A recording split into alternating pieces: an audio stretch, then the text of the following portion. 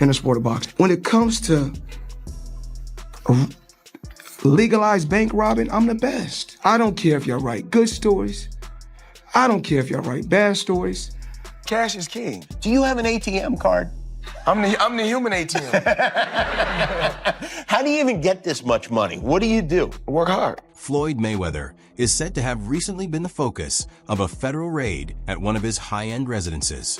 What captured widespread attention wasn't only the sight of armed officers or the execution of official warrants.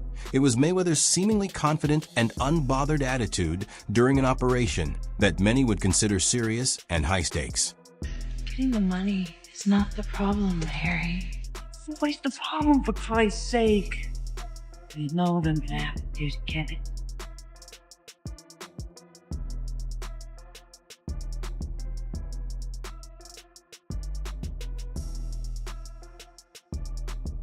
According to reports, during the intense raid, Mayweather remained unusually composed in the presence of FBI agents and was even seen smirking, an act that reportedly angered the senior FBI official overseeing the operation. As the standoff unfolded, the encounter escalated into a heated exchange of words between the undefeated boxing superstar and some of the country's top federal investigators. Come on down the table now. We rocking and rolling. You know, right there. You look at that. That's right there. Oh, they mad because I'm flashy, I'm flamboyant. So we count the paper on the table and get things right where they could be. Things in perspective. So right now that's 1, 2, 3, 4.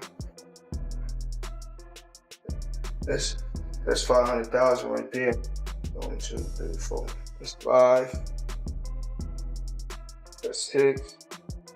Insiders and leaked video from the incident indicate that the FBI targeted Mayweather's Las Vegas property, reportedly arriving with armored vehicles and agents outfitted in tactical gear. The operation was carried out under a sealed warrant, implying that the inquiry had been quietly developing over an extended period, possibly months or even years.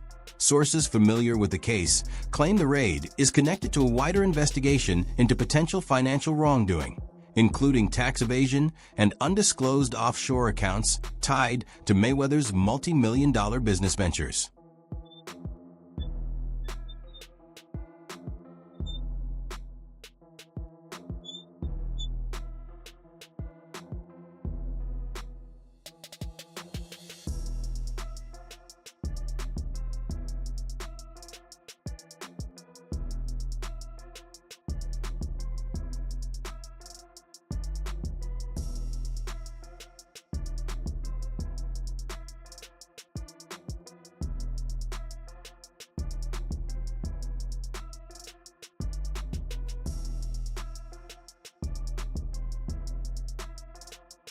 During the recent FBI operation at Floyd Mayweather's mansion, authorities reportedly discovered substantial amounts of cash along with several sensitive documents that are said to connect the boxing legend to various financial fraud schemes. According to sources familiar with the investigation, the materials seized included records indicating undisclosed offshore accounts, questionable wire transfers, and links to business ventures that may be fraudulent. These documents are now under review by forensic accountants and federal prosecutors to assess the scope of Mayweather's alleged participation. Operations here in this area along 28th and Division, both in Grand Rapids and Wyoming. This was a month-long investigation spanning from September to November. Thousands of dollars exchanged to make fake documents for people presumably in the United States illegally. Mayweather has referred to his exhibition fights as legalized bank robbery, highlighting his approach to earning massive sums while minimizing risk. By stepping into the ring against less seasoned opponents, like YouTuber Logan Paul, he leverages his star power to generate huge pay-per-view revenue. Reports suggest that the bout with Paul alone brought him between $50 million and $100 million, even though the match was largely entertainment rather than a genuine competitive fight. You guys are absolutely right. Floyd Money Mayweather can do what he wants. I'm going to tell you what he's definitely doing, and that's robbing your bag. Doing exhibition, stealing money. Legalized bank robbery. He tells you in your face you a dumb for paying for it, and it's legalized bank robbery, and you go, wow, yeah, he can do what he wants. And there's people that's like, no, Floyd ain't talking about us. He's talking about everybody else. Talking about the white man. Fool, he's talking about you too. Mayweather's strategy focuses on maximizing results with minimal effort, enabling him to preserve his undefeated streak while securing substantial financial gains. This method has fueled discussions about the growing commercialization of boxing and the ongoing tension between pure athletic competition and entertainment value. Floyd Money Mayweather has definitely earned his nickname, but his next offer would be the easiest bag he's ever grabbed. Boxing legend Oscar De La Hoya recently came out and challenged the undefeated Floyd. And while De La Hoya played a key stepping stone role in his rise to greatness, the chance to fight a long-retired rival wouldn't wake up many, especially not Mayweather, until you hear the Golden Boy's offer, $100 million just to fight him. We're not talking purse either. That money would be guaranteed. And if Floyd took it, the offer alone would be bigger than all but two of Mayweather's biggest purses. And all he has to do is fight the Golden Boy again. This is a man that's been retired for over a decade, and fighting Shaq, appearing on The Masked Dancer, and teasing a presidential run doesn't equal training. Hey, Earth to Floyd, this is the easiest bag you will ever grab. All you have to do is say yes. And to earn even more, all you have to do is win the easiest fight you've had since Conor McGregor.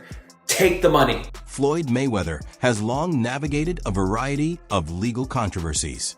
Attention resurfaced around the tragic death of Josie Harris, his former partner and mother of 3 of his children, after reports suggested she had been preparing a $25 million lawsuit against him for defamation and misconduct. Harris was found deceased in her vehicle in 2020, with authorities initially determining the cause as an accidental overdose. Since then, conspiracy theories have circulated, claiming that Mayweather may have been involved in her death to avoid the expensive legal dispute. While no evidence has verified any wrongdoing, the combination of timing and potential financial consequences has continued to generate public speculation and rumors surrounding the case. My book, but hey guys, you know, the feds, man, the feds got the man on $25 million in back taxes. And see, the thing is, you guys think that that man's money is up there like it is, but it's not, so to speak.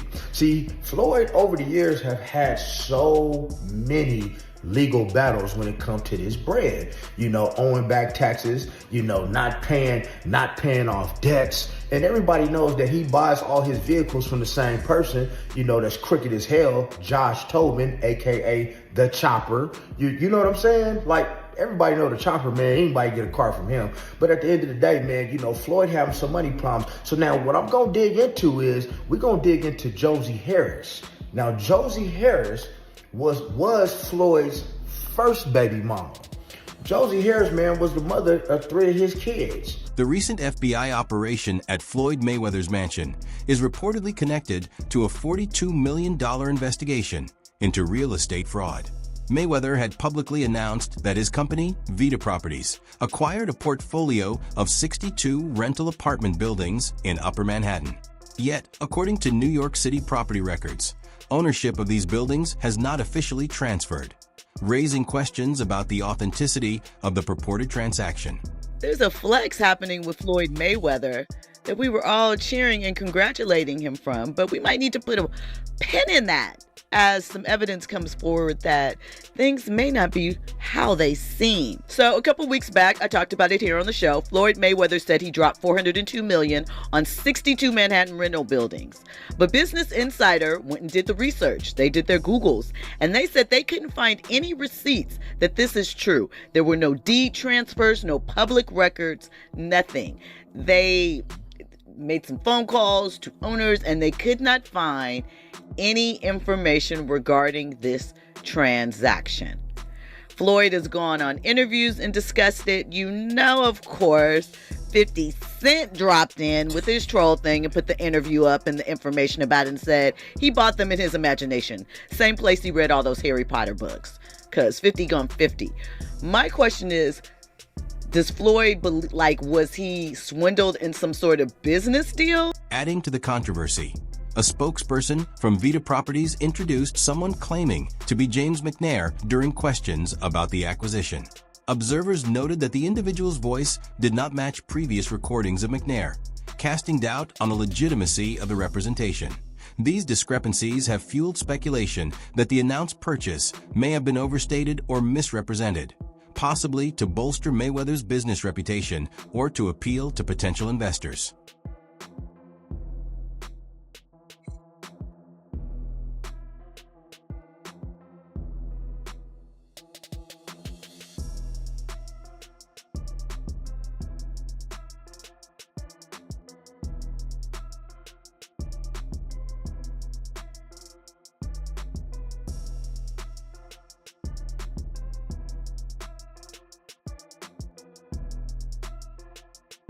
The FBI's investigation of Mayweather's home focused on locating evidence connected to the alleged fraudulent real estate deal, including financial records and correspondence that could support allegations of misrepresentation or other forms of financial wrongdoing.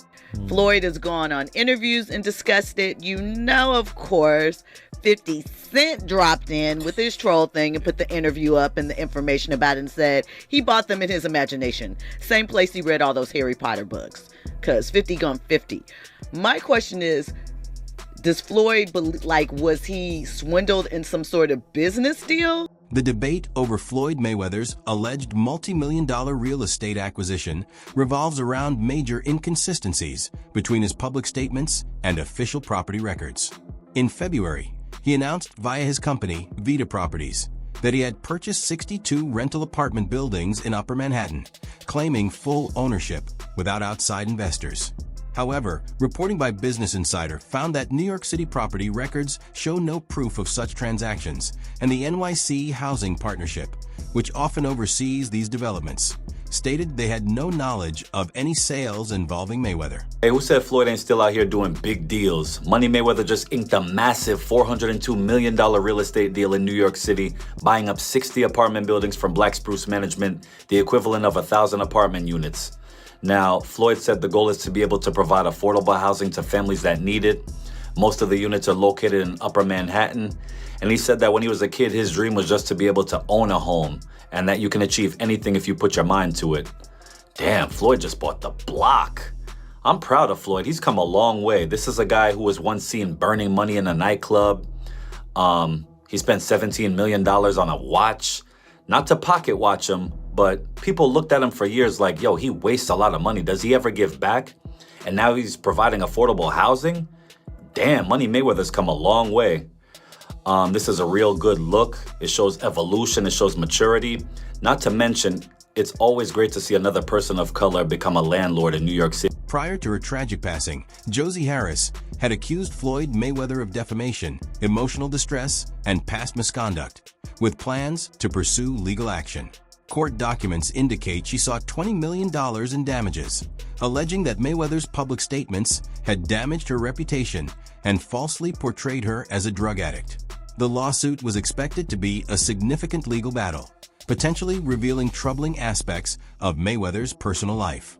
Although Harris passed away before the case could be resolved, the pending lawsuit remains a striking episode in the boxer's extensive history of controversy. Josie Harris is suing him for $20 million for making false and humiliating accusations. Mayweather had an interview with Katie Couric just 2 weeks before his big fight against Manny Pacquiao. During the interview, he said that when he and Josie got into a physical fight, it was because she was high on drugs. The fight he was talking about happened back in December 2011. He actually went to jail for 90 days for domestic violence. Mayweather told Katie, "Did I kick, stomp, and beat someone? No, that didn't happen. Did I restrain a woman that was on drugs? Yes, I did. So if they say that's domestic violence, then you know what? I'm guilty. I'm guilty of restraining someone." Well, the timing couldn't be better for Josie. The big fight paid out $300 million to the two fighters. Pacquiao went home with 40%, Mayweather took home the 60%. Floyd Mayweather Jr. served time in jail in 2012 following a domestic violence conviction. He received a 90-day sentence at the Clark County Detention Center in Las Vegas after pleading guilty to misdemeanor battery involving his ex-girlfriend, Josie Harris, stemming from a 2010 incident witnessed by their children. Mayweather began serving his sentence on June 1, 2012, and was released on August 3, 2012, after completing 2 months of the 3-month term. The sentence was part of a plea agreement that reduced more severe felony charges, which could have resulted in a much longer prison term. And I am imposing a 6-month sentence in the Clark County Detention Center, 90 days of which will be served in custody, the remaining 90 days to be suspended. He will be given 3 days credit for time served. I will give him credit for the other 2 days for the case that is being dismissed as part of this negotiation. Because it's too hard. It's too hard! Aw, should have thought about that before you beat up your baby mama. But yes, Floyd has to be transferred to house arrest, claiming his stint in jail is causing him to be dehydrated and malnourished, he can't stay in shape, and it's destroying his boxing career. In other words...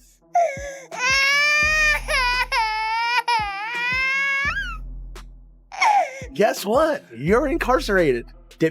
Which is essentially what Judge Melissa Saragosa told him. Damn, she's kind of hot for a judge. Sustained.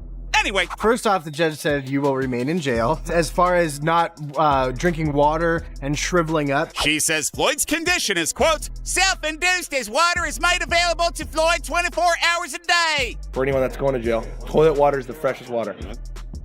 Okay, good tip. Also, the judge says there's plenty of nutritious food and opportunity for exercise, so Floyd's just gonna have to man up. Floyd Mayweather Jr. has openly discussed his 2012 jail term, describing it as an extremely difficult chapter in his life.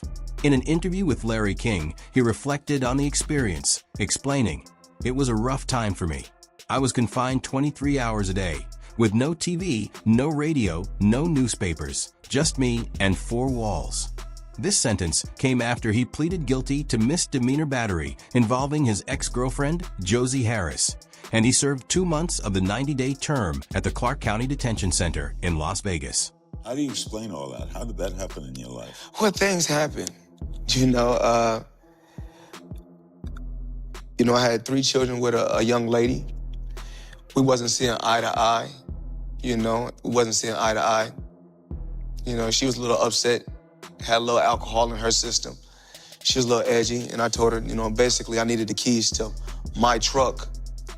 She was upset. She didn't want me to take the keys to the truck. So things got out of hand and blown out of, they blow things up bigger than what things are really made out to be. So things happen. But nevertheless, you had to do 2 months, right? Yeah, I did 2 months for a misdemeanor, yes. So what is it like to have everything and then not have freedom? That's what I come to find out. Freedom is very important. Freedom is very, very important. And I'm just, I'm happy to be free. I'm happy to be back, in my children's life. What's your take on Floyd Mayweather's disputed $42 million real estate deal? Do you think the claims against him are valid? Or could this be blown out of proportion by the media? Let us know your thoughts in the comments.